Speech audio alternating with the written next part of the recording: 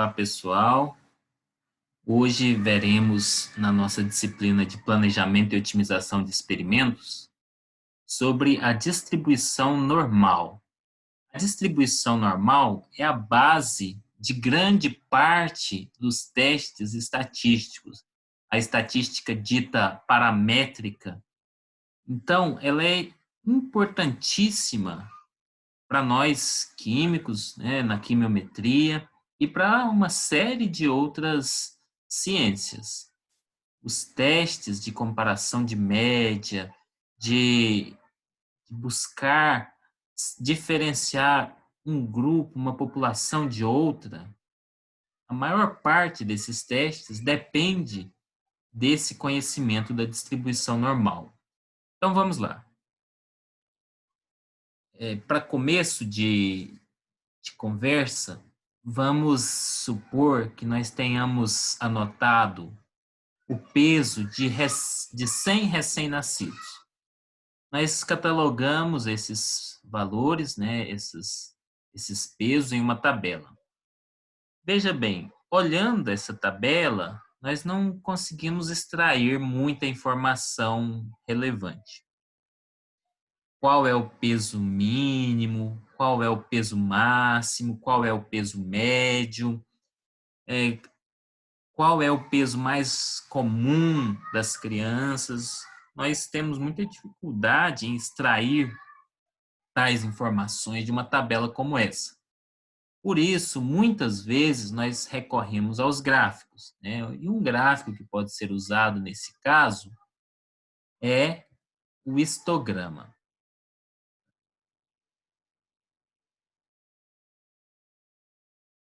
O histograma é um gráfico como esse, onde nós temos aqui no eixo X os valores de pesos e no eixo Y a frequência de cada faixa. Aqui, por exemplo, a faixa próxima a 2 quilos aqui, entre 1.820 e 2.000 e pouquinho aqui, essa faixa. Nós temos poucos bebês que são tão leves. Tá?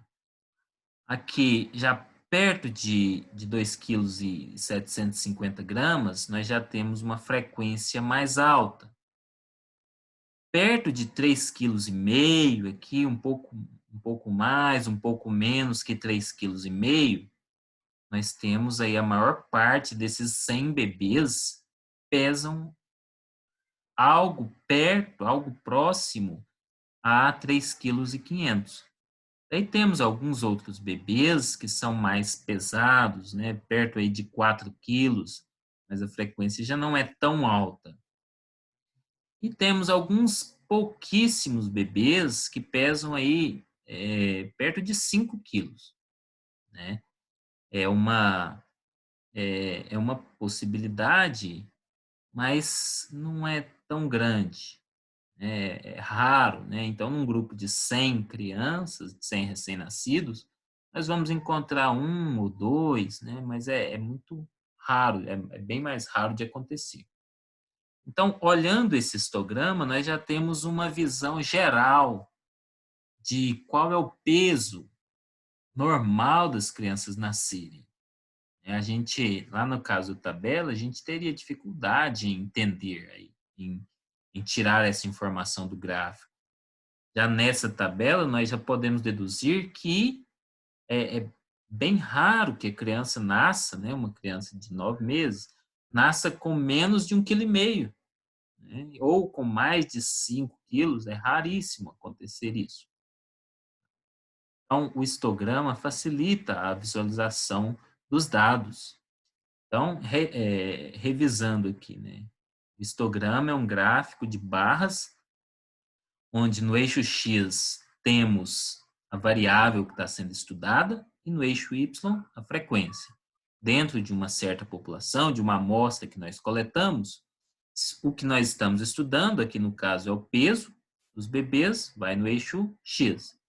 E a quantidade de elementos dessa população dentro de cada faixa vai no eixo Y. Tá? Vamos ver que um gráfico, o mesmo gráfico, o mesmo histograma, só que agora para um número maior de crianças. É algo perto de 5.000 crianças. Nós vemos, então, que, como são 5.000 crianças, né, então a chance de encontrar valores mais extremos aumenta, tá? Mas a média aqui continua muito próxima. A maioria das crianças, então, tem perto de 3,5 kg. Tá? Mas num grupo de 5.000 crianças, a gente encontra aí algumas com 1,4 kg, né? E algumas bem pesadas, até mais de 6 quilos, né? Então, nós podemos ver aqui pelo histograma como é que se distribui. Olha, a maior parte das crianças está aqui de 2,6 kg até 4,2 kg, 300, né?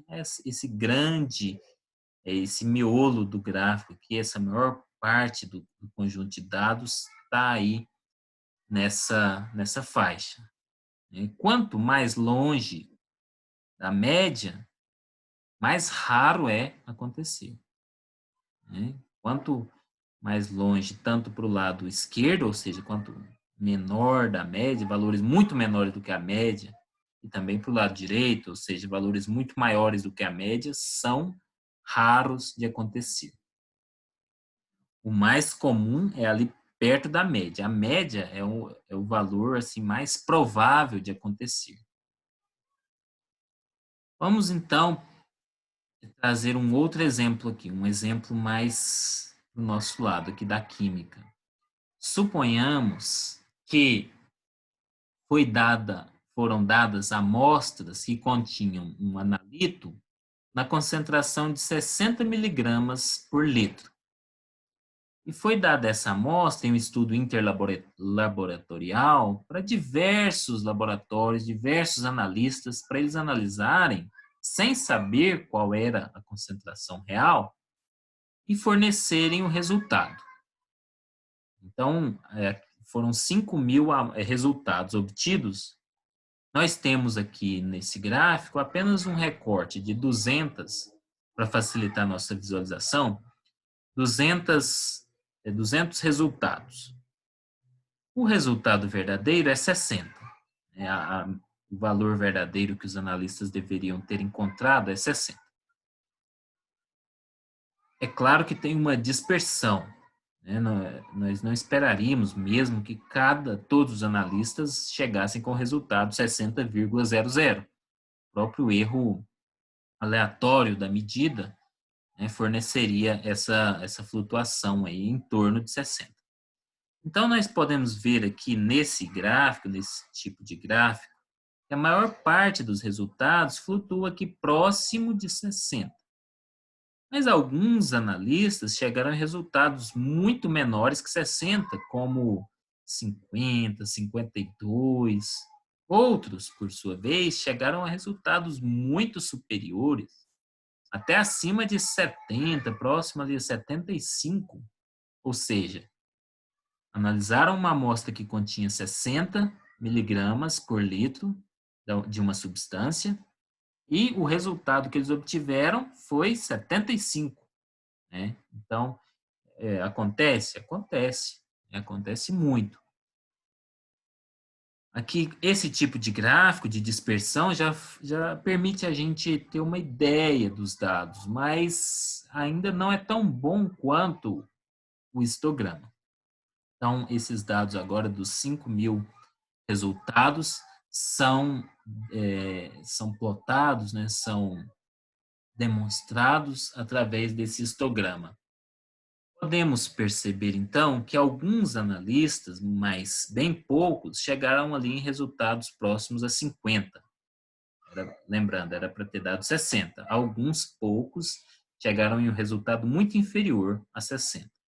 E alguns muito poucos também chegaram em resultados muito baixos, ali perto de 70, 73, 75. O valor mais comum foi próximo, os valores mais comuns foram próximos a 60.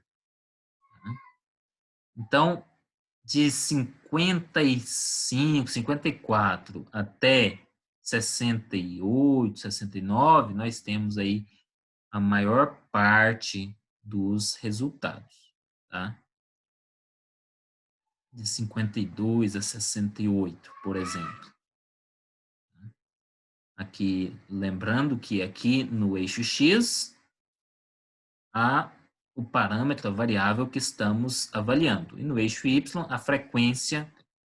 Então, aqui, algo perto de 100 desses 5.000, algo perto de 100 analistas reportaram um valor aí perto de 50,4 miligramas por litro.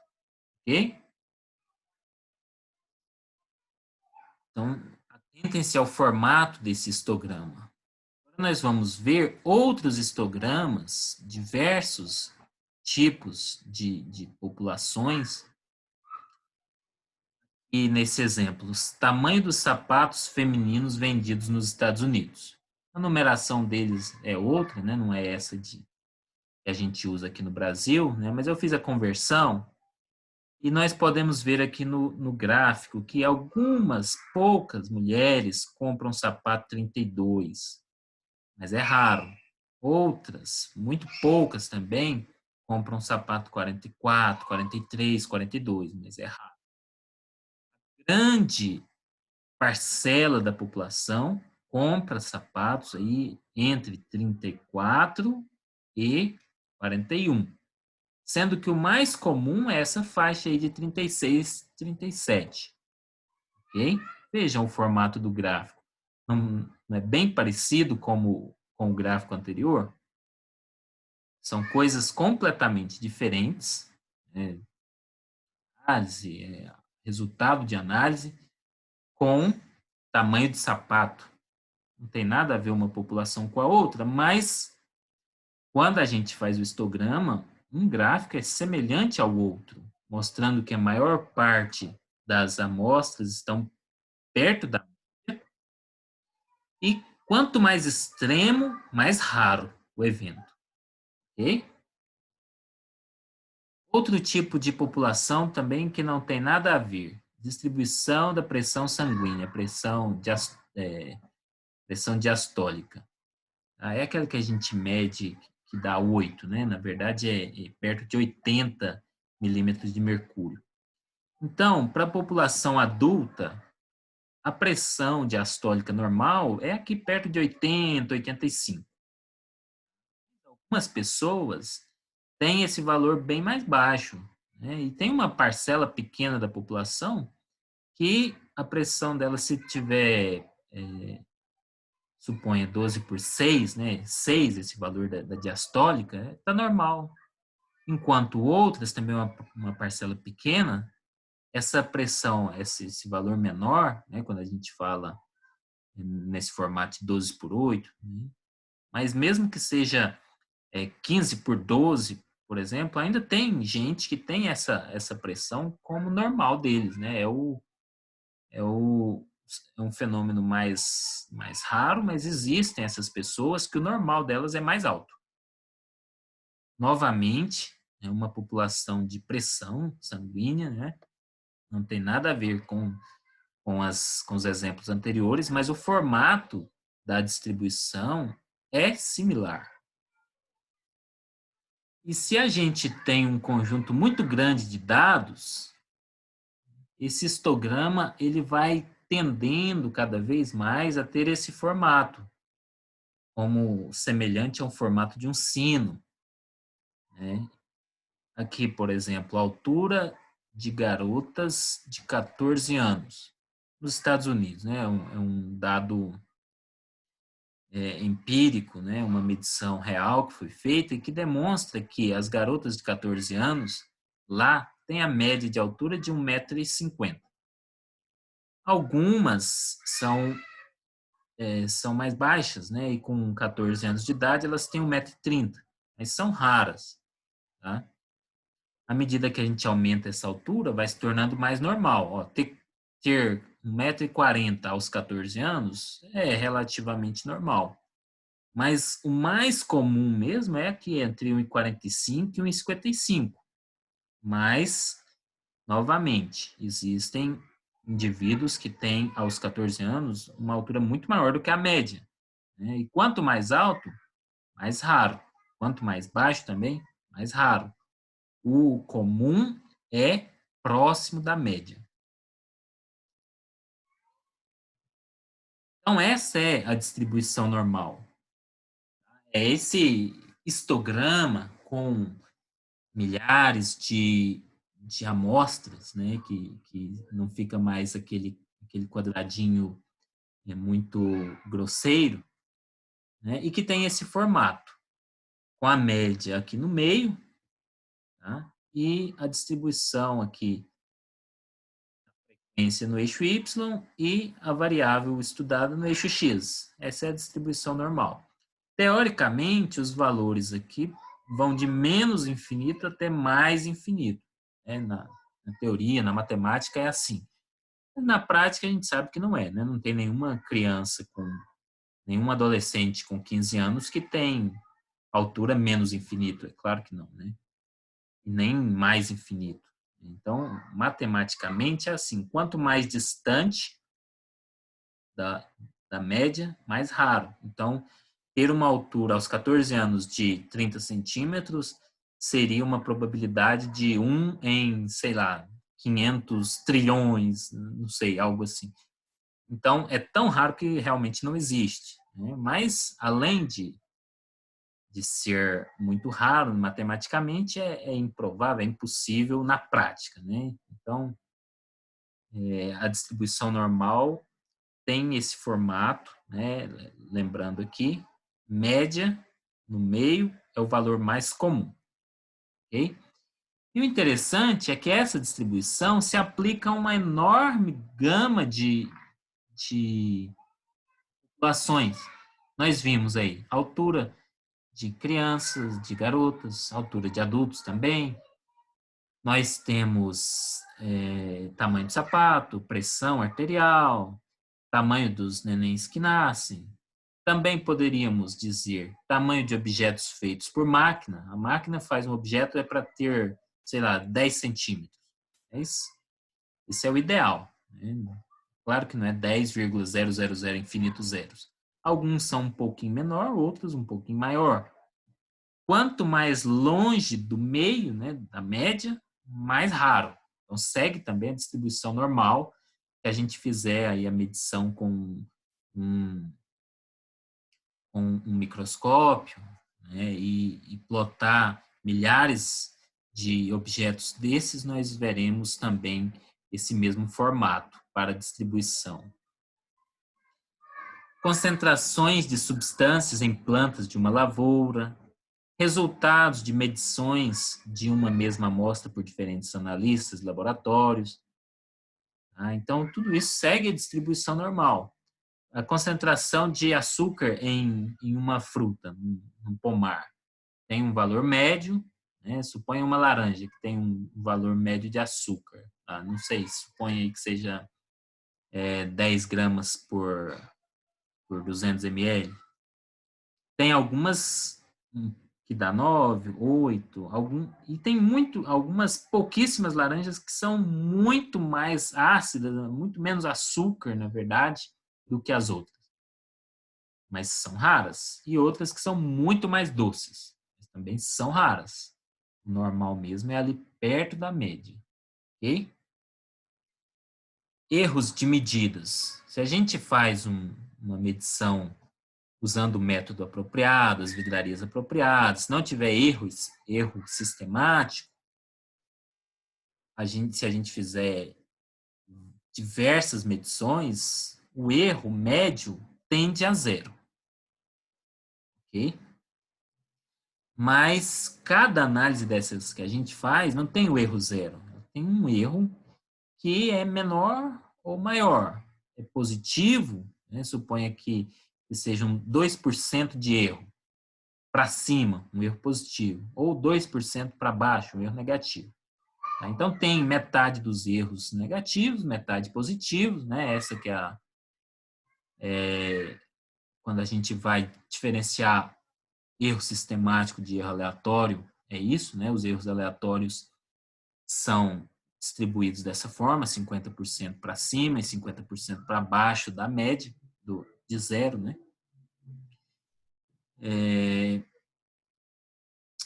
Então, erros de medidas também seguem a distribuição normal. E uma série, inúmeros exemplos a gente poderia dar de populações que seguem a distribuição normal. Vemos aqui nesses gráficos algumas distribuições normais diferentes. Primeira, essa aqui, nós temos aqui a média zero, primeira esquerda aqui, né? Média zero e desvio padrão 1. A segunda, nós temos a média 3. Está vendo aqui? O x é a variável que está sendo medida. A média dessa segunda distribuição é 3. E o desvio padrão é 1. Está vendo que ambas têm a mesma abertura?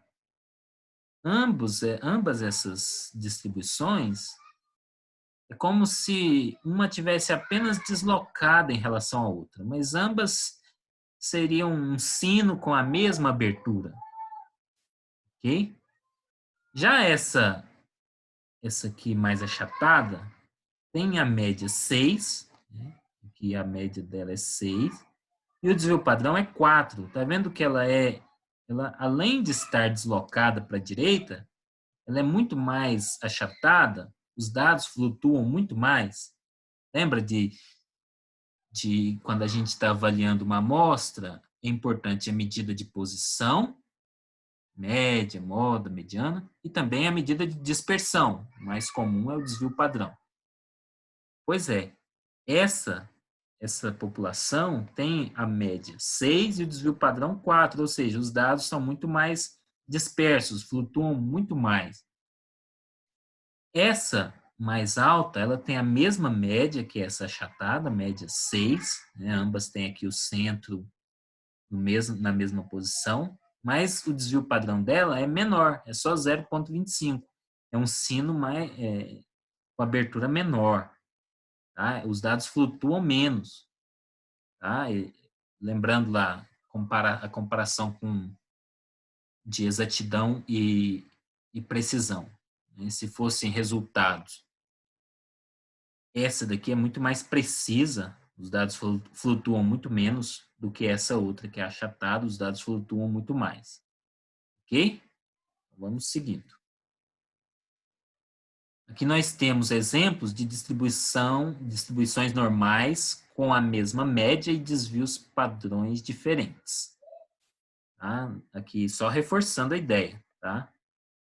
Média 100, esse azulzinho tem desvio padrão 15 e o vermelhinho desvio padrão 30.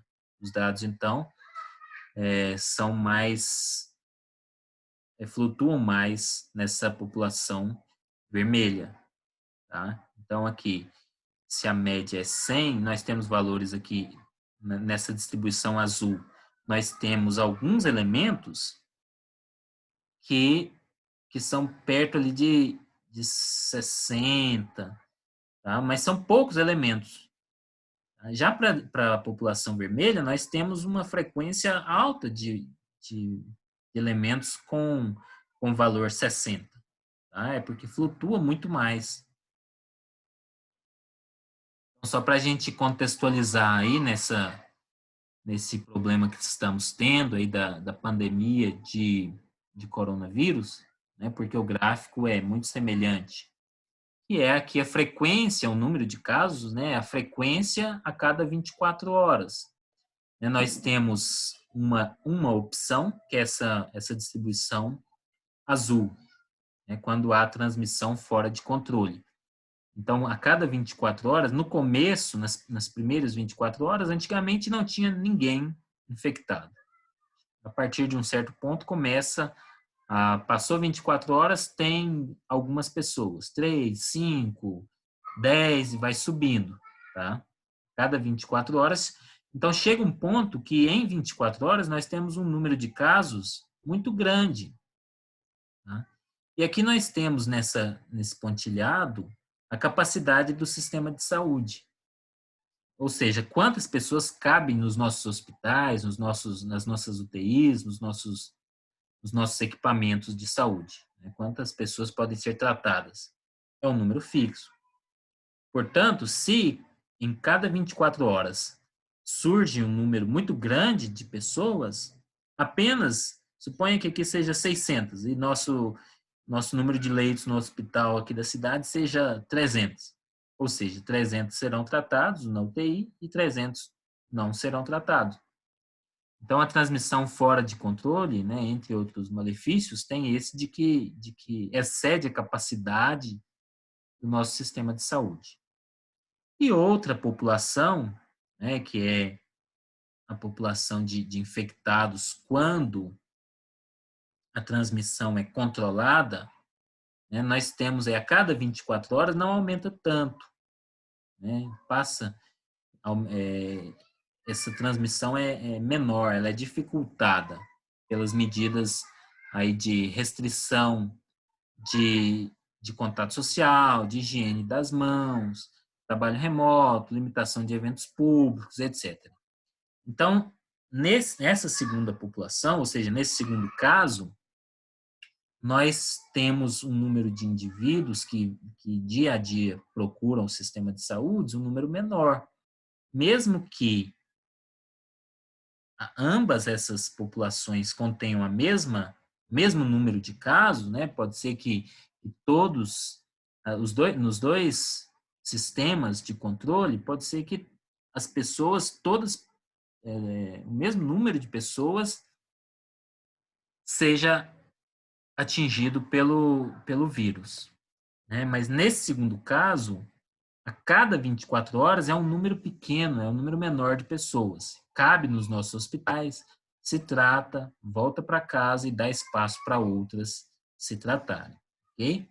Então, aqui nós temos, então, novamente, duas populações, mas fazendo aí a comparação, né, com o exemplo anterior, num dos casos o desvio padrão é muito maior, né? Nós temos um achatamento da curva, porque o desvio padrão é muito maior, ok? Vamos aqui para um exemplo de duração de lâmpadas incandescentes. A média aqui da população é 845,2, né? 845 horas. E o desvio padrão é 94,2 horas. Desse fabricante, tem algumas lâmpadas que duram muito menos do que a média. Dura só 500 horas, ou menos do que isso, 450 horas. Por outro lado, tem outras lâmpadas que duram muito mais do que a média, duram 1.200 horas. Tá? Mas a maioria está aqui, ó, nesse miolo, né? Próximo da média, né? Próximo. Se a gente considerar em média mais um desvio padrão, olha, média mais ou menos um desvio padrão, né? Então, daqui até aqui, nós temos aí a maior parte, né? Mais da metade dos dados estão aqui nesse intervalo, de média mais ou menos um desvio padrão, ok? Agora, suponha que fosse outro fabricante, né? Aquele fabricante anterior, 845 horas de média e desvio padrão 94. Tá aqui, né? Esse azulzinho. 845 horas, desvio padrão 94. E nós temos outro fabricante, que é esse aqui da linha preta. A mesma média, porém, os dados, a duração flutua bem menos. Ou seja, você não tem muita chance, ao comprar uma lâmpada desse fabricante, dela durar muito menos do que a média, né? E nem também de durar muito mais. É mais confiável. Tá? Você não corre o risco de durar muito menos, né? Por outro lado, também não corre o risco de durar muito mais, mas você conhece melhor a durabilidade daquelas lâmpadas, tá? Por quê? Porque o desvio padrão dela é só a metade, ó, 47,1. Exatamente aqui a metade do desvio padrão da outra.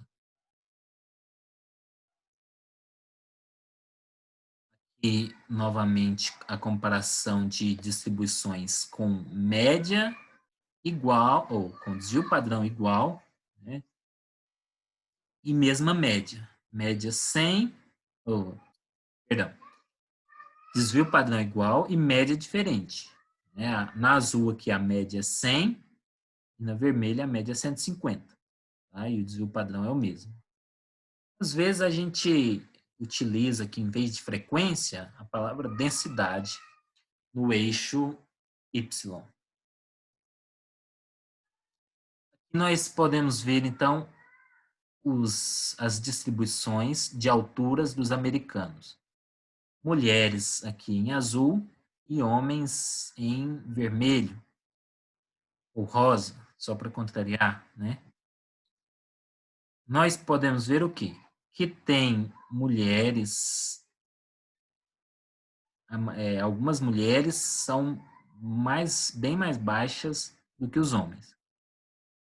A média da altura das mulheres é aqui 1,65 m e dos homens 1,78 m, tá?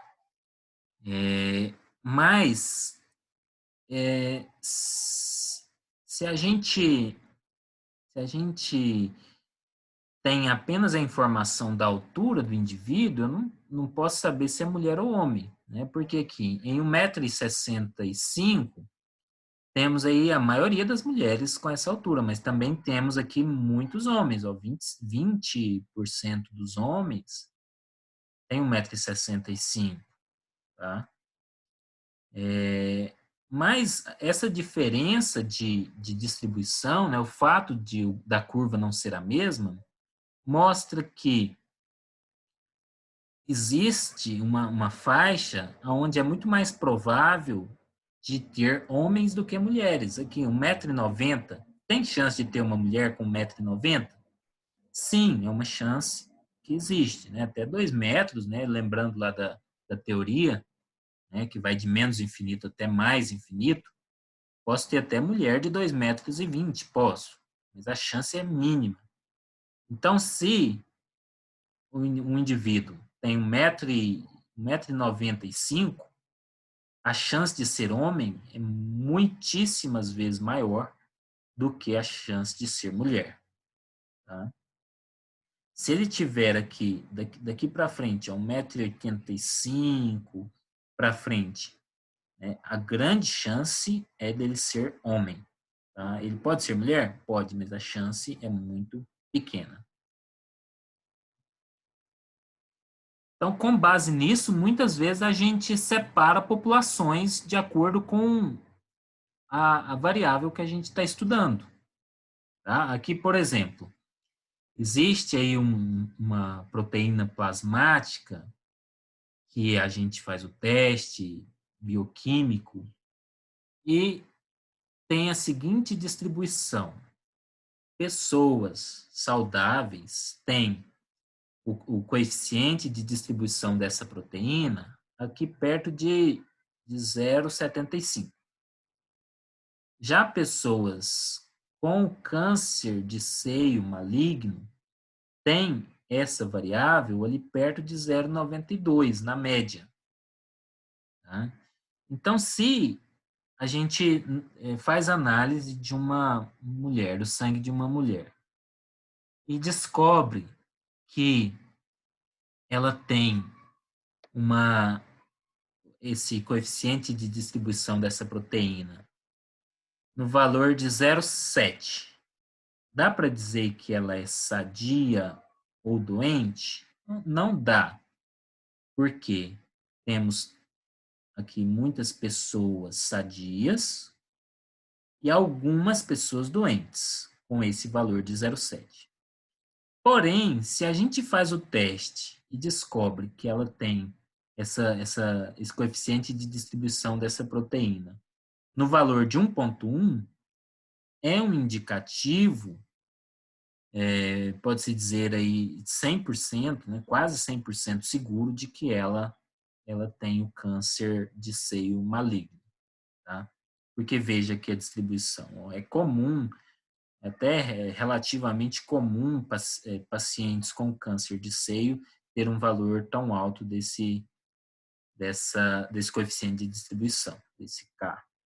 Tá? Então, a gente pode até estabelecer um valor de corte. Pode ser esse aqui, 0,92. Tá? Se a gente faz análise do sangue, né, e descobre que o coeficiente de distribuição aí dessa proteína de uma mulher está acima de 0,92, ela tem chance alta de ter o câncer de seio maligno. Tá? Porque 50% das mulheres têm esse valor acima de 0,92. Mas pode ser um falso positivo? Pode, porque aqui, uns 5% mais ou menos de chance de ser um falso positivo. Tá? Pode ser um falso negativo, no caso de ser menor que 0,92. Se for menor que 0,92, pode descartar o câncer de seio? Não, não pode descartar. Porque 50% das mulheres têm, mesmo tendo câncer de seio, 50% tem um valor menor que 0,92 desse K. Tá? Então, é um teste indicativo. Deu maior que 0,92, a maior chance é que tenha o câncer de seio. Mas se deu menor que 0,92, a gente não pode dizer nada, né? Suponha que a gente quisesse diferenciar 3 sucos de limão, laranja e lima, tá? É claro que o sabor seria diferente, né? Mas só um exemplo didático, né? Se a gente tivesse que diferenciar quimicamente. Uma opção seria a medição do teor de vitamina C, porque a lima tem essa distribuição aqui da esquerda, o limão essa do meio, laranja esse da direita. O limão, que tem pouca vitamina C, tem aqui perto de 90, tá? Acho que é miligramas para 100 ml de suco. Mesmo tendo pouca vitamina C, ele ainda tem mais que a lima mais vitaminada, a lima com mais vitamina C, né? Suponha que você tem um caminhão de lima. Algumas têm muita vitamina C e algumas têm pouca vitamina C. Mas mesmo a lima que tem muita vitamina C, tem menos que o limão pobre em vitamina C. Tá? E da mesma forma que o limão, comparando com a laranja. Tá? Mesmo o limão que tem muita quantidade de vitamina C, muito concentrado em vitamina C, mesmo assim ainda tem menos que a laranja. Okay? Esses dados, né, não, são apenas de um estudo que eu encontrei na internet. Né? Não quer dizer que todo limão tem menos vitamina C que toda laranja. Né? É apenas um caso de um artigo da internet. Tá? Não sei, pode ser que tenha limão que tenha mais vitamina C que laranja. Né? Mas nesse estudo aqui, a gente simplesmente medindo o teor de vitamina C do suco, a gente consegue dizer qual a fonte desse suco. Se ele é um suco de lima, ele tem pouca vitamina C, até no máximo 66 miligramas. Se é limão, ele tem aí de 90 a 104. E se é laranja, ele tem de 153 a 167. Ok? Então vamos seguindo. Por isso, às vezes, a gente analisa uma população, uma série de dados e faz o histograma. Se a gente chegar em uma situação dessas, aqui com a distribuição dessa população, é um indicativo de que tem duas populações ali, e não uma só. Por exemplo, a gente está analisando o sangue de indivíduos, né, de milhares de indivíduos. Daí a gente está analisando quanto a um fator específico lá um teste bioquímico específico. E a gente chega nessa situação, né, numa distribuição semelhante a essa. Provavelmente nós temos duas populações. Pode ser que uma das populações é normal, saudável, e a outra população é doente. Tá? Ou pode ser que uma das populações é de um certo tipo de genótipo e a outra de outro tipo de genótipo. Mas, enfim, provavelmente nós temos uma diferença entre os indivíduos. Não é apenas uma população, na verdade, são duas. O mais provável é que esteja acontecendo isso. Por exemplo, outro exemplo, está analisando alguma substância, a presença, a concentração de alguma substância em frutas. Analisa lá as 500 frutas, faz o gráfico, né, de distribuição e chega num resultado desse.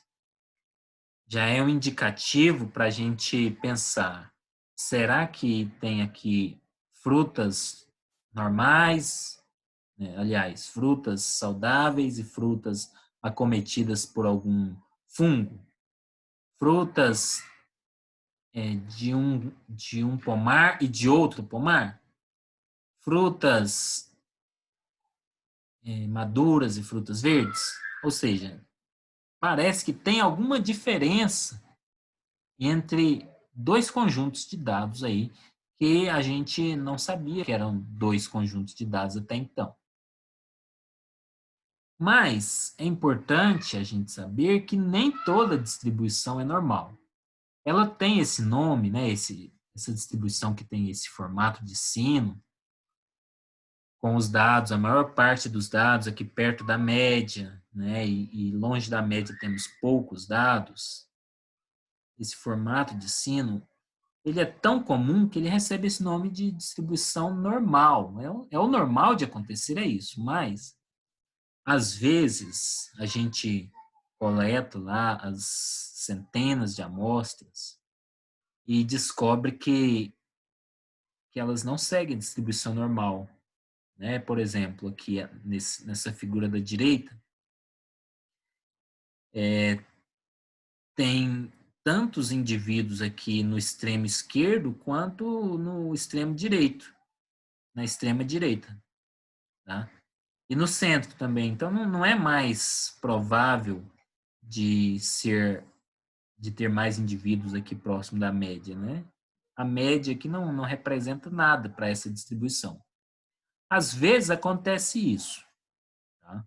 Mas o mais comum, principalmente na nossa área, na química, em análises, em substâncias presentes em algum sistema, o mais comum é a distribuição normal, tá?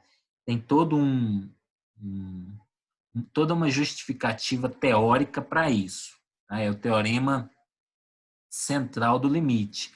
E, mais ou menos assim, grosseiramente, diz que quando existem diversas variáveis influenciando ao mesmo tempo num sistema, a resposta final segue a distribuição normal. Mesmo que as variáveis não sigam a normal, mas se elas em conjunto levam a uma resposta que segue a distribuição normal. É grosseiramente falando, né?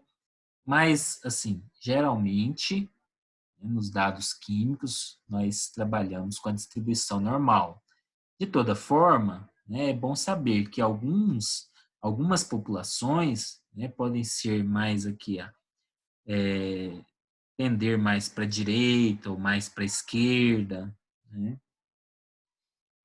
E então, em alguns casos, pelo menos, a gente precisa testar, né? Existem os testes estatísticos, a gente saber se as nossas amostras, se a nossa população segue a distribuição normal.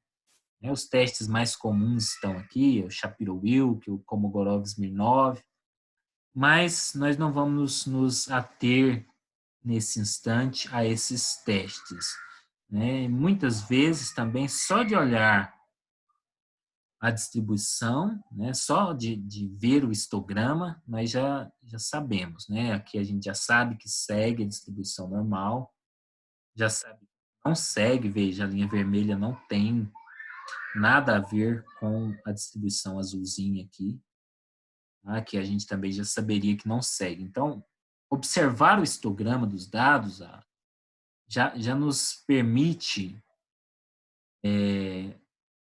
saber se a amostra, se a nossa população em estudo segue a distribuição normal ou não, né? Já é um bom indicativo. De qualquer forma, é bom saber que existem esses testes de normalidade, tá? Que às vezes é recomendável fazer. Então, agora nós já vamos passar para o uso, né, para as propriedades e para o uso da distribuição normal. Tá? A distribuição normal, como nós dissemos, ela tem média aqui no meio, né? Além da média, nós temos também a mediana e a moda, coincidem aqui no mesmo lugar. Ao mesmo tempo que esse é o valor central, né? Se a gente somar tudo e dividir por n, é o valor, é a média, né? É esse valor central.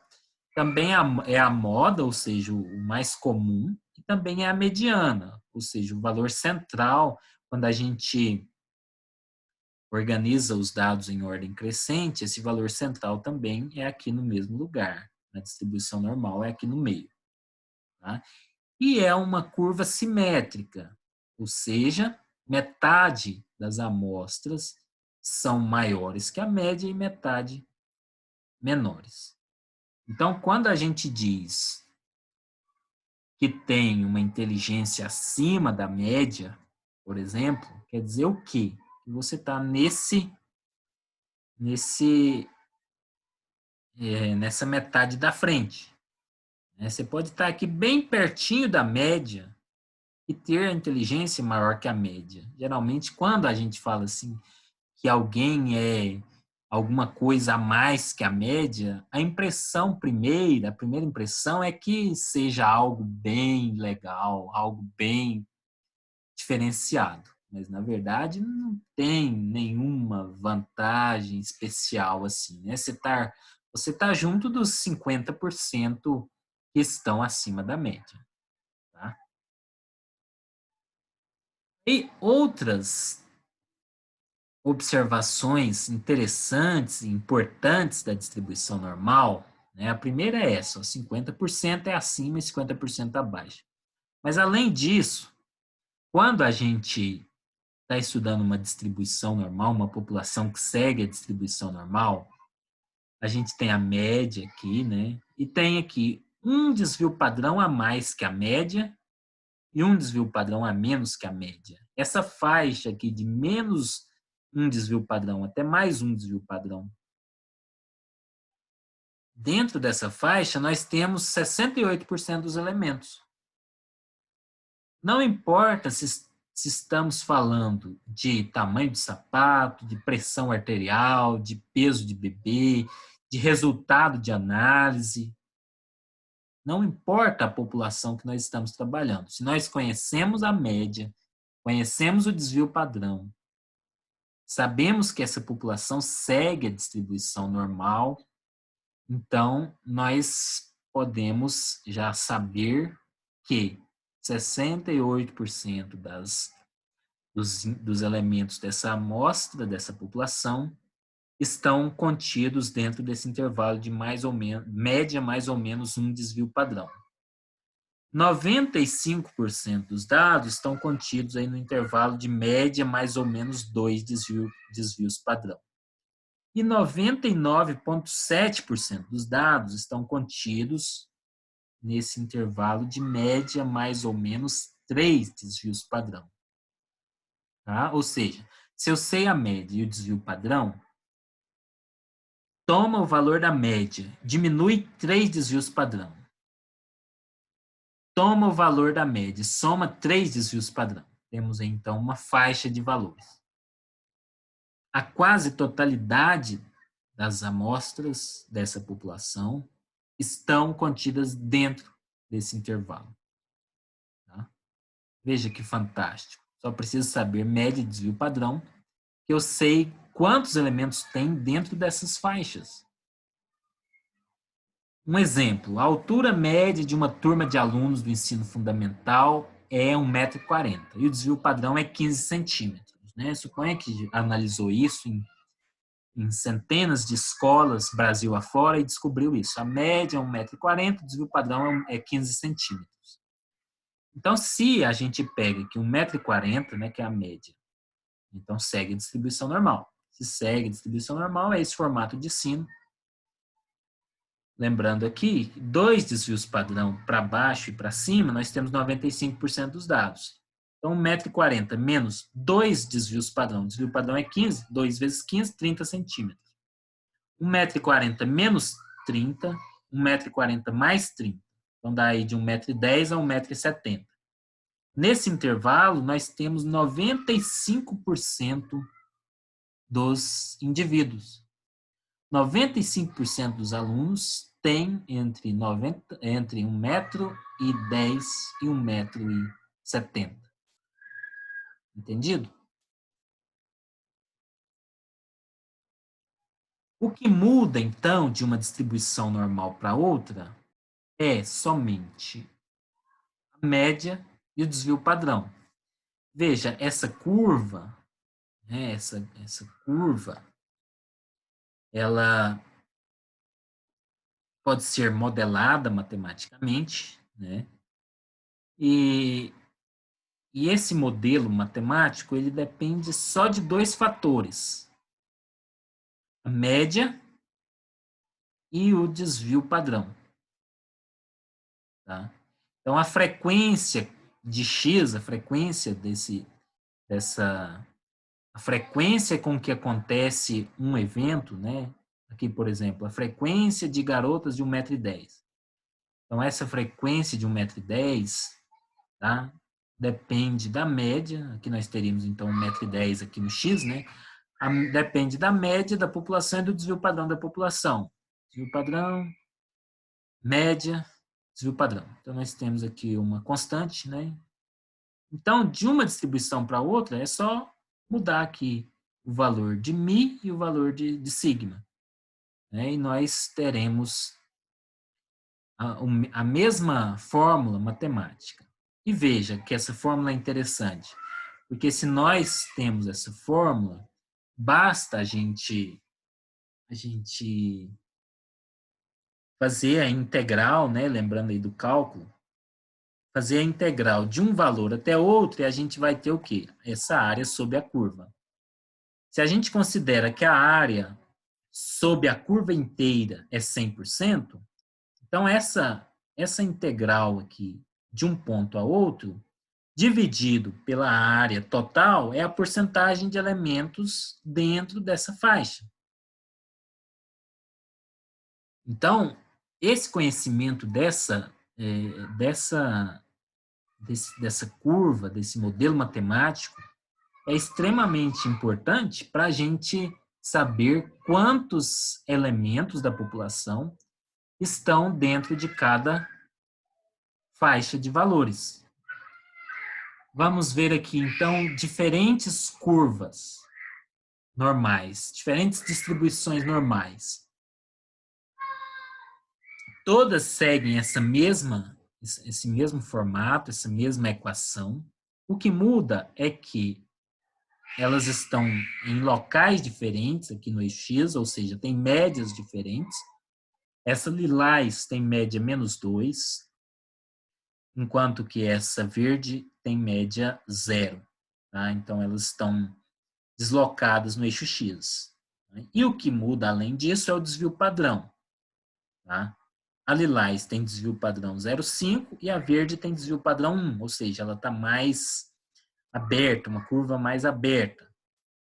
Comparado com a vermelha, que tem a média 0 também, mas desvio padrão 0,2, ela ainda está mais, ela ainda é mais dispersa ainda do que a vermelha.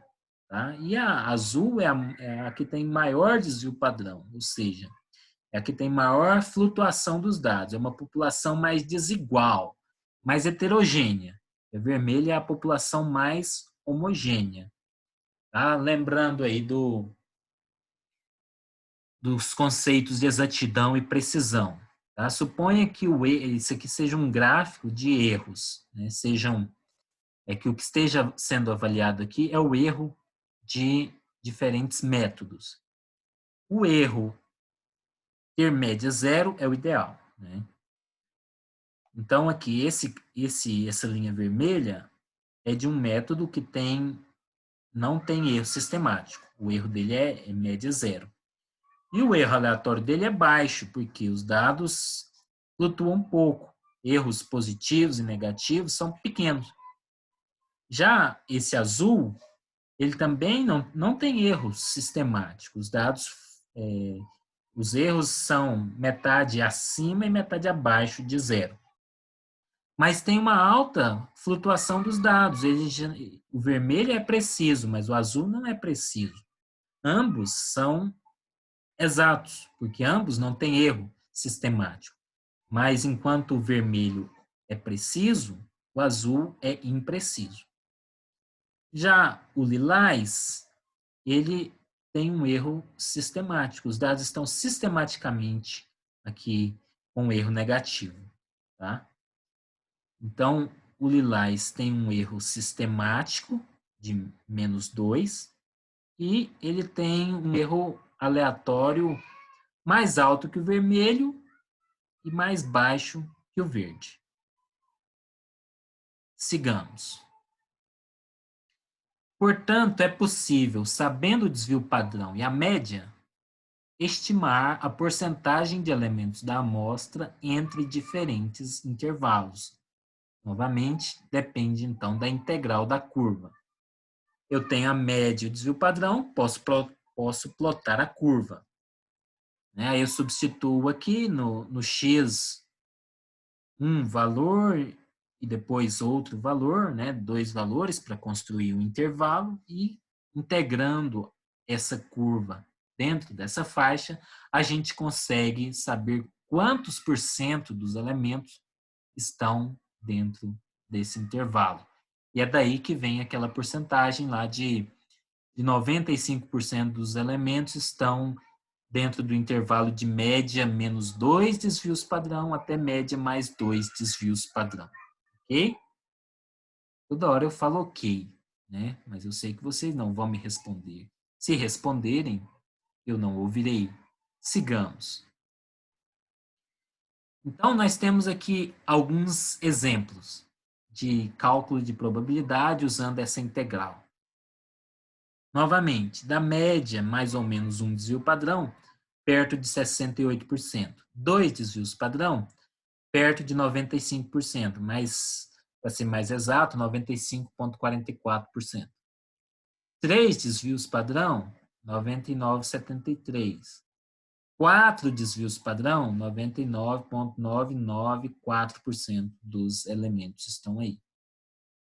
Tá? E é daí que vem o sistema Six Sigma de gestão da qualidade. Six Sigma é o seguinte: 6 desvios padrão. Quer dizer que eles produzem as peças deles, né? As empresas que seguem esse controle de qualidade, Six Sigma, eles produzem as peças deles de modo que mesmo se as amostras estiverem a 6 desvios padrão de distância da média, ou seja, mesmo esse fato extremamente raro, né? que é uma amostra 6 vezes menor ou 6 vezes maior, 6 desvios padrão maior ou menor que a média, mesmo esse caso raro, ainda estaria dentro do padrão de qualidade, dentro do aceitável. Então, a chance de produzir uma peça ou de fazer algum processo fora da especificação é muitíssimo baixa, porque mesmo os que estão distantes da média, os raros, os bem raros, mesmo assim ainda estão ok. Aqui nessa curva, nós temos alguns valores específicos. Tá? Aqui, por exemplo, dentro de média menos um desvio padrão até média mais um desvio padrão, nós temos 68,26% dos elementos. Mas quem já fez o cálculo, quem já fez a integral, já fez não só um desvio padrão, mas também 1.1, 1.2. Fez uma série de integrações aqui, cobrindo todo esse intervalo possível. Tá? E fez isso e colocou numa tabela. Só para a gente entender na tabela lá, essa tabela que eu trouxe, existem outras formas de mostrar, de colocar essas porcentagens em tabela, né? Mas eu vou ensinar aqui essa que eu trouxe como exemplo.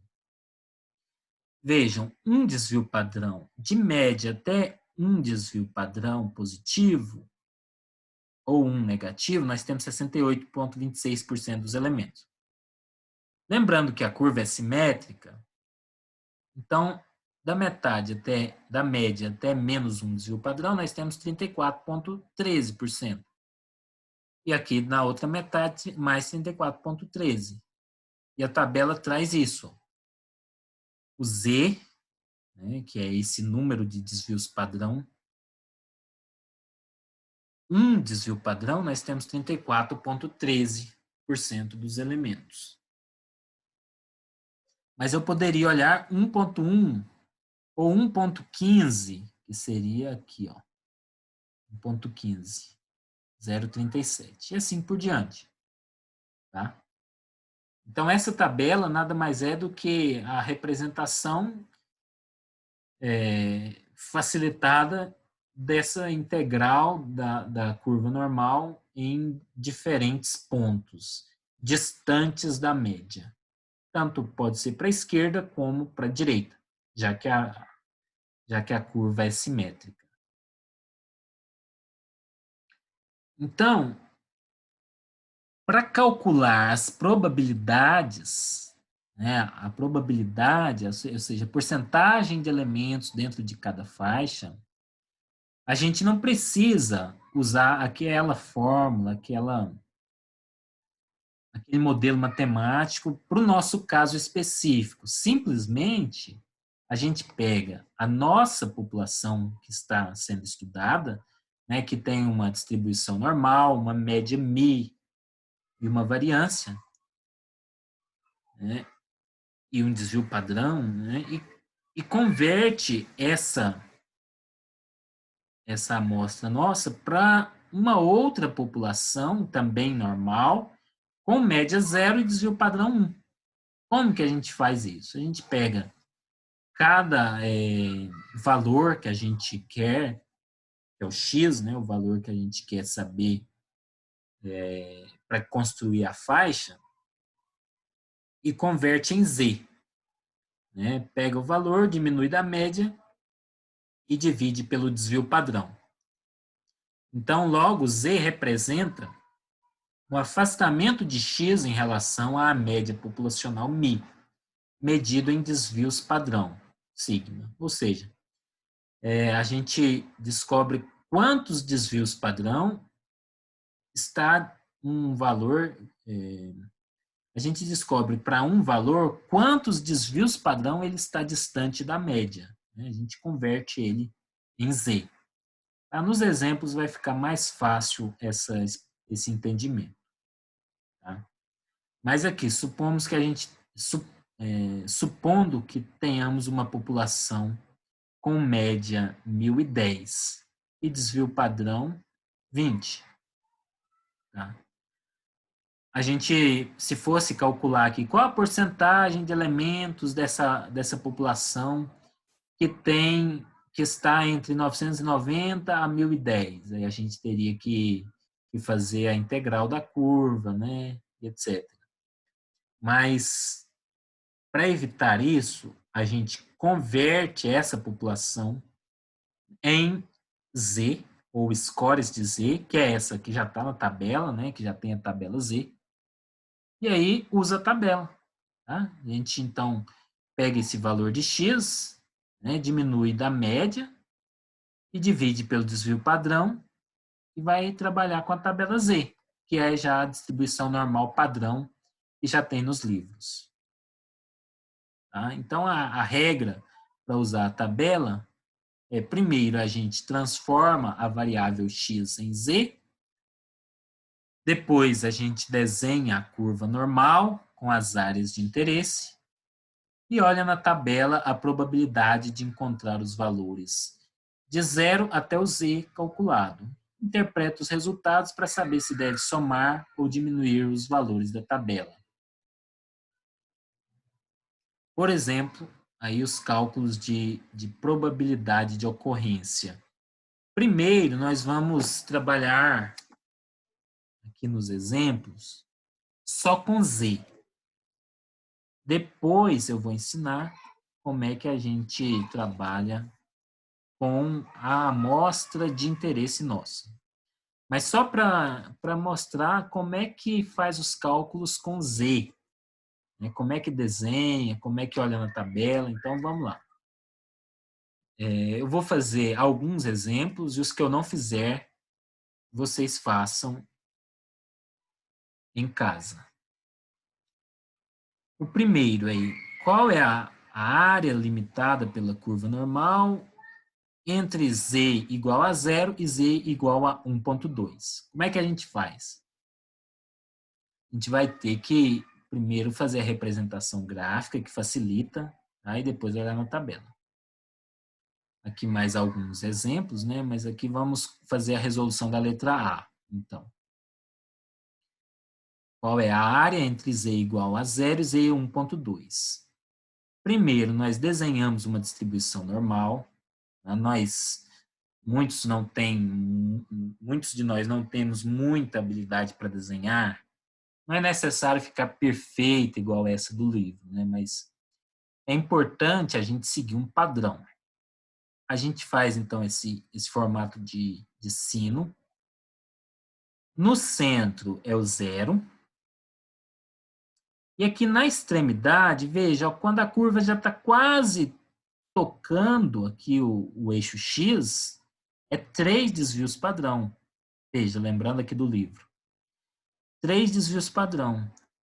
E então aqui a gente distribui essa distância em 3, né? Então fica um desvio padrão, 2, 3. E para o lado esquerdo é simétrico, né? Então aqui onde está quase tocando o eixo X é 3, né? Então aqui, se daqui até o 3 deu 3 centímetros, então é 1 centímetro até aqui no 1 desvio padrão, 2 no 2 e 3 no 3. Claro, né? Uma vez desenhada a distribuição normal, vamos ao exercício. Área entre z igual a 0, né? Então aqui a gente traça a reta aqui no z igual a 0, e z 1,2. Se aqui é 1, aqui no meio é 1,2, 1,5, melhor dizendo, né? E então 1,2 é aqui mais perto do 1. Né? Então, mais ou menos isso aqui. Então, a gente achura essa área de interesse. Tá? Então, o exercício é esse. Qual é a área aqui entre z igual a 0 e z 1,2? Primeiro, para a gente entender, a gente desenha a curva normal, né? Não ficou muito bonita, mas está razoável, né? E achura a área de interesse. Agora a gente vai olhar na tabela. O que a gente olha na tabela?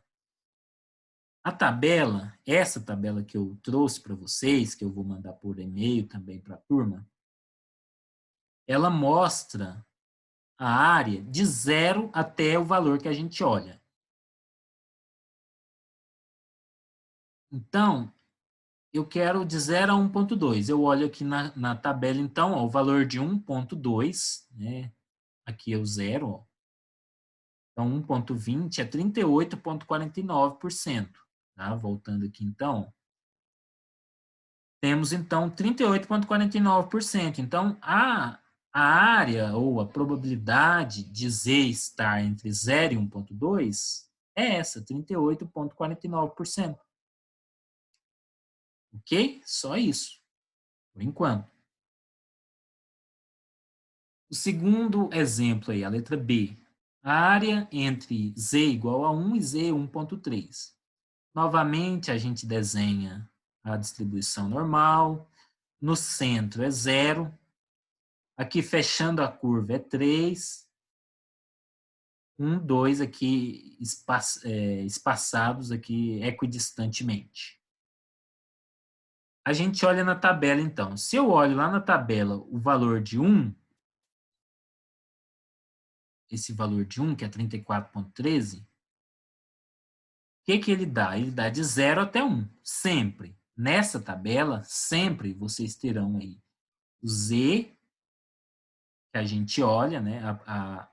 O valor que a gente olha aqui do Z, essa porcentagem é de 0 até esse Z.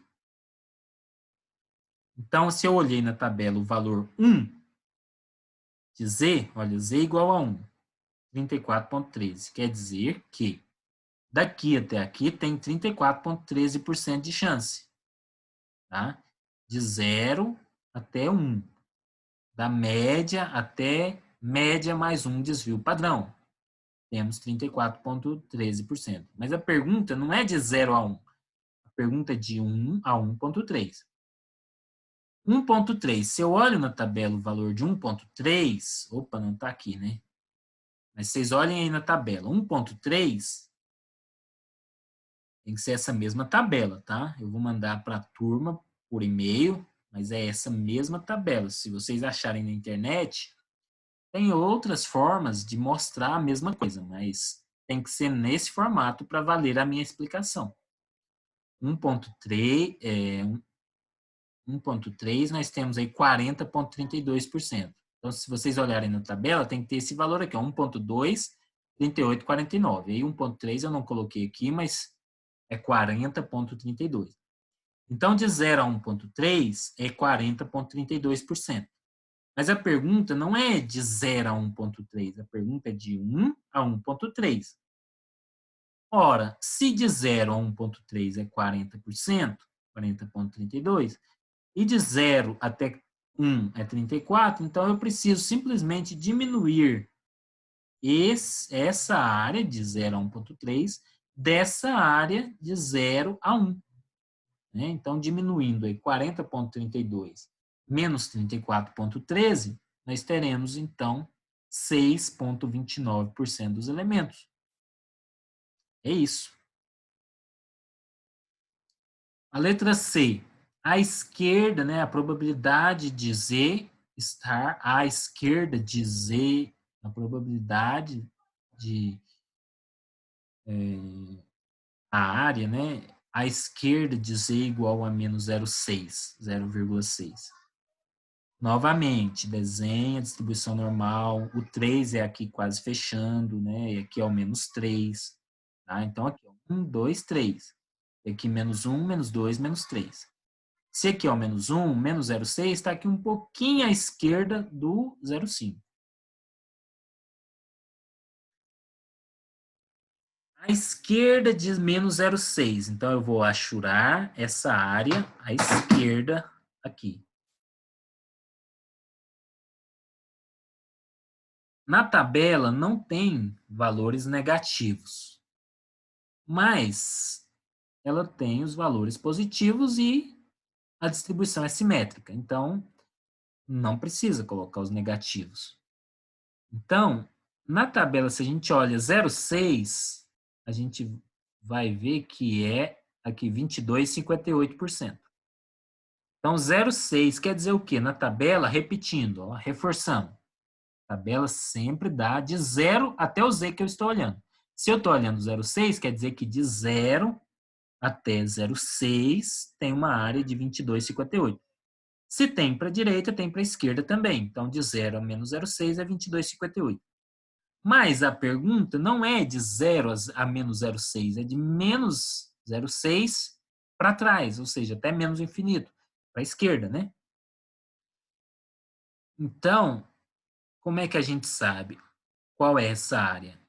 Ora, de 0 para trás, ou seja, a metade inferior aqui da curva, né, é 50%.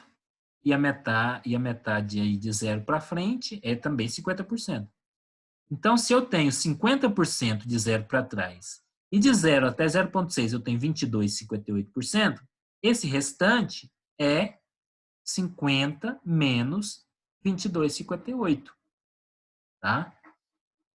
Ou seja, ó, eu quero saber daqui para trás. Eu não sei, mas eu sei que daqui, do 0 para trás, é 50. E eu sei que de 0 até 0,6, negativo, né? Menos 0,6, é 22. Então, é só eu diminuir 50 menos 22 que eu descubro aí que essa área achurada corresponde a 27,42% da curva. E à direita de menos 0,6? Já tínhamos visto que de 0 a 0,6 é 22,58.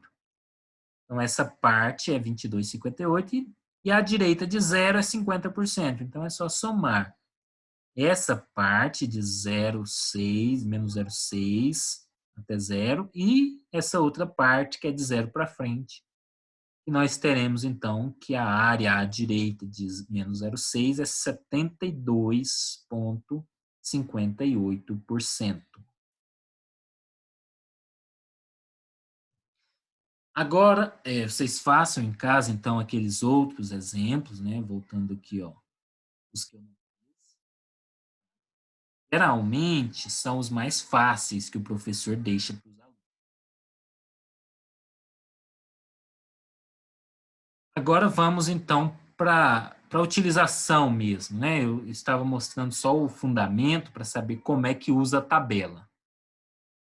Agora vamos ver mesmo a utilização na prática. Por exemplo, considere uma população com média 7,2024 e desvio padrão 0,0363. Importante. Se eu sei a média e o desvio padrão, não é porque eu fiz 5 ou 7 ou 10 amostras.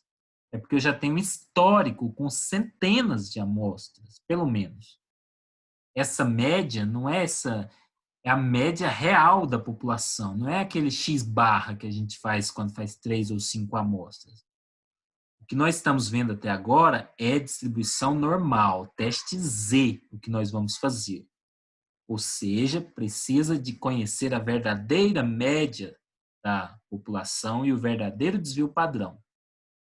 Quando a gente faz poucas amostras, a gente tem apenas uma estimativa da média e do desvio padrão, uma estimativa, mas não tem realmente a média e o desvio padrão. Dito isto, sigamos. Essa população tem média 7,20, desvio padrão 0,0363. Pode ser qualquer coisa, concentração de substância, pode ser a leitura de um espectrofotômetro quando é colocada uma substância específica, numa certa concentração. Tem que dar a média 7,20 e o desvio padrão 0,0363. Pode ser isso. Pode ser qualquer coisa, entendido? Qual a probabilidade de encontrar valores entre 7,18 e 7,25? Então, nós temos aqui uma população que está descrita, a sua média e o seu desvio padrão. Então, nós podemos usar aquela fórmula, né? Nós não vamos usar, mas poderíamos usar aquela fórmula e fazer essa curva matemática aí dessa população. Em vez disso, nós vamos converter essa população de interesse numa distribuição normal padronizada. Então, a distribuição normal padronizada tem média 0 e desvio padrão 1. Então, nós precisamos converter esses valores aqui, 7,18 e 7,25, em valores de Z1 e Z2 para usar aquela tabela Z. Então, nós temos aqui média, desvio padrão, x1, 7,18, é o primeiro valor de interesse. x2, 7,25. Opa, é o segundo valor de interesse. Tá? Vamos transformar, então, x em z. A fórmula é essa. Pego o valor de x, tiro a média e divido pelo desvio padrão. Então, 7,18, né, transformado em z, né, eu diminuo a média, né, a média está aqui, divido pelo desvio padrão.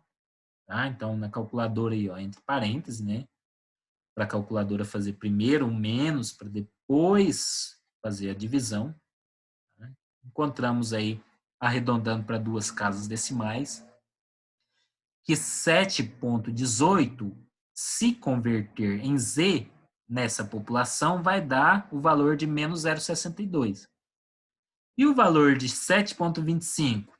7,25 menos a média, dividido pelo desvio padrão, dá 1,31, arredondado aí, com 2 casas.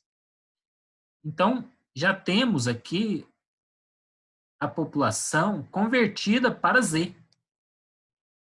Podemos usar, então, usar a tabela de Z. 0,62, onde é que está o 0,62 aqui? Ó? O Z 0,62, entendam. Ó. Nessa tabela Z, nós temos aqui o valor de Z com uma casa e aqui segue as casas decimais, ó, aqui nessa linha superior. Então, 0,62 é esse aqui, ó, 0,60, 61, 62. É esse valor aqui, ó, 0,2324, em porcentagem, 23,24%. Tá? 0,62, então é 23,24%. Ou seja, a probabilidade, né, aqui nesse miolo aqui da tabela, né, nesse meio aqui, são as probabilidades. A probabilidade da amostra estar na faixa aí de entre a média e média mais 0,62 vezes o desvio padrão é 23,24%. E o outro valor é 1,31. 1,30 está aqui, ó, 1,30 é 40%, 1,31, né? Olha aqui o 1,31 é esse aqui, ó, 0,4049, ou seja, 40,49%. Então, nós temos aqui, ó, plotando aí fazendo o desenho da curva normal, média 0, né, perto de 3 aqui é onde fecha a curva, tá? No nosso exemplo, os valores de interesse é menos 0,62, quando é menos é do lado esquerdo, menos 0,62 e 1,31. Então, achuramos a área de interesse, olhamos na tabela e encontramos de 0 até 0,62, né, tanto faz ser negativo ou positivo, porque é simétrico, é 23,24% dos elementos. Então, aqui diz de 0 até menos 0,62, né, que é a mesma coisa aqui, ó, de qual a probabilidade da amostra aqui dessa população, das amostras estarem entre a média, que é 7,2024, e 7,18. Lembram? O 7,18 é o menos 0,62 convertido em Z. Então, a chance das amostras, né, a porcentagem de amostras dessa população que estão entre 7,18 e 7,2024 é 23,24%. E a probabilidade das amostras estarem de 0 até 1,31. Ou seja, vamos voltar lá, ó, de 7,2024, que é o zero, né, a média dessa população, até 7,25, de 7,20, 24 até 7,25, nós temos aí, então, 40%, 40,49% dos elementos. Logo, a probabilidade, né, a porcentagem de elementos estão nessa faixa entre 7,20, não, entre 7,18 e 7,25 é 63,73% dos elementos. Agora nós temos um exemplo aí para vocês fazerem. Vou mandar os slides, né? Vocês façam em casa. Considere um teste de teor de matéria-prima, o qual não contém erros sistemáticos e tem um desvio padrão de 1,2. Se o método é usado para avaliação de um lote cuja concentração verdadeira seja 100%. Então, o método vai ser usado para testar uma amostra que tem um teor de 100%. Esse método não tem erro sistemático, ou seja, se eu faço 1.000 amostras, 1.000 análises, ele é para ter o resultado médio 100, né, tendendo para o 100. Se fosse um método furado, um método que não tem exatidão, então ele chegaria num resultado diferente do real. Mas eu já disse que o método é exato, né? Ele não tem erro sistemático. Então, a média que ele chega é 100, ele tende para 100. Mas cada análise individual não é 100. Tem um desvio padrão, o erro aleatório aí, que é um desvio padrão de 1,2. Dito isso, né, tendo a média, que é 100, e o desvio padrão, que é 1,2, qual a probabilidade de encontrar valores? De encontrar valores entre 98 e 102. Então, vocês vão converter 98 em Z, 102 em Z, fazer o desenho, achurar a área de interesse e calcular a porcentagem. A letra B, a probabilidade de encontrar valores acima de 102,5, a letra C, acima de 100%. Né? A letra C, a gente já falou anteriormente, né? Qual a probabilidade de encontrar valores acima de 100%? 100% é a média desse caso aí. Qual é a probabilidade de ter valores maiores que a média? Lembram? Qual a probabilidade de você ser mais inteligente do que a média? Mais pesado que a média? Mais pobre que a média? Mais qualquer coisa que a média? Qual é a probabilidade? Lembram? Espero que sim. Exemplo 3. Se a média é 100 e o desvio padrão é 1,2, qual a probabilidade de encontrar valores entre 99 e 101,2? Por um minuto eu pensei que era igual, mas está diferente, né? Um pouquinho diferente. É bom para treinar mais, tá? Aqui são exemplos muito semelhantes, não vai dar trabalho. Exemplo 4. A espessura média de um dispositivo produzido em uma fábrica tem distribuição normal, com média 11,15 milímetros, e desvio padrão 0,0238 milímetros. Qual a porcentagem desses dispositivos que tem espessura entre 11,13 milímetros e 11,18 milímetros? Mesma coisa, né? Converte esses valores em Z e faz o desenho, olha na tabela e vê se tem que somar, diminuir, o que é que precisa fazer. 5. A concentração de açúcar nos refrigerantes produzidos por uma indústria, historicamente, tem média 200 gramas por litro e desvio padrão 2,2 gramas por litro. Né? Lembrando que o desvio padrão tem a mesma unidade de medida que a variável que está sendo estudada.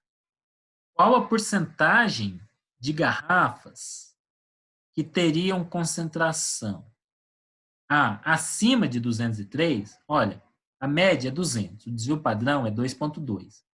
Se eu abrir uma garrafa que está no supermercado, ele pode ter mais que 203?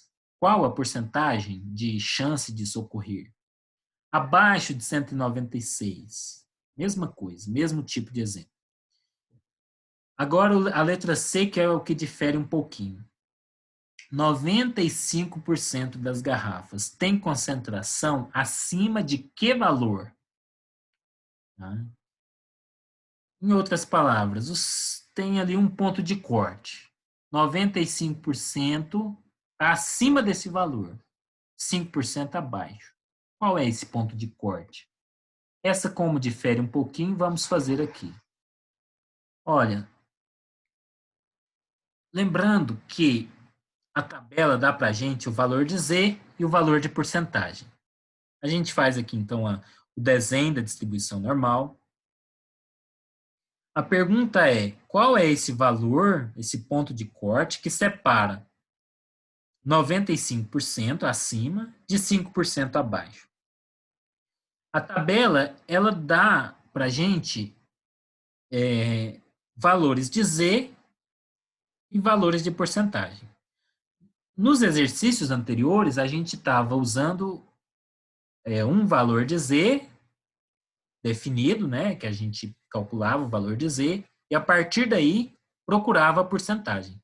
Nesse exemplo, nós temos o contrário, nós temos o valor da porcentagem e precisamos do valor de Z. Tá? Qual é o valor da porcentagem aqui? 45, 95% da porcentagem. Se é 95, do meio para frente nós temos 50 e aqui nós temos o quê? 45, né? De 0 até esse Z desconhecido, nós temos 45% das amostras. Qual é o valor de Z que dá como resultado na tabela a porcentagem de 45%? Então, a gente tem que olhar na tabela. Ó. 45%. 45% aqui esse aqui é perto de 45, né? Ele é 0,005 menor que 45%, né? E esse aqui é um pouquinho maior. Então, o 45 mesmo, ele está aqui no meio desses dois, né? A gente pode fazer essa interpolação. Não é bem correta, né? Porque não é uma reta, né? A distribuição é uma curva. Mas como esses dados estão muito próximos entre si, é praticamente uma reta nessa região. Então, aqui, ó, aqui para dar 45%, teria que ser o Z entre 1,64 e 1,65. Então, o Z aqui é 1,645. Como é para a esquerda, é negativo. Tá? Então, o valor de Z, eu já tenho. O valor de Z é menos 1,645. Agora, falta, então, achar em X. Qual é esse X? Tem o Z, tem a média, tem o desvio padrão. Só achar o X. Tá? X menos 200, aí multiplica aqui, né? 2,2 por 1,645, dá 3,62. Passa para negativo, passa para lá positivo, 200 menos 3,62, que dá 196,38 gramas por litro. Então, 95% das amostras têm mais que 196,38 gramas por litro de açúcar. Gramas de açúcar por litro de refrigerante. Certo? Então, mais um exemplo aí. Ó. Um produto acabado é analisado por um analista há muitos anos. A média histórica do teor é 50 gramas por litro e o desvio padrão 2 gramas por litro. Quantos por cento das amostras tem concentração abaixo de 49? Letra B. Opa, ficou 2B, né? BB. 99% das amostras têm teor abaixo de que valor? Isso aí é semelhante ao último que nós fizemos, né? 99% das amostras têm teor abaixo de que valor? Ok? É isso, pessoal. Agradeço a atenção, né? Tenham todos bons estudos.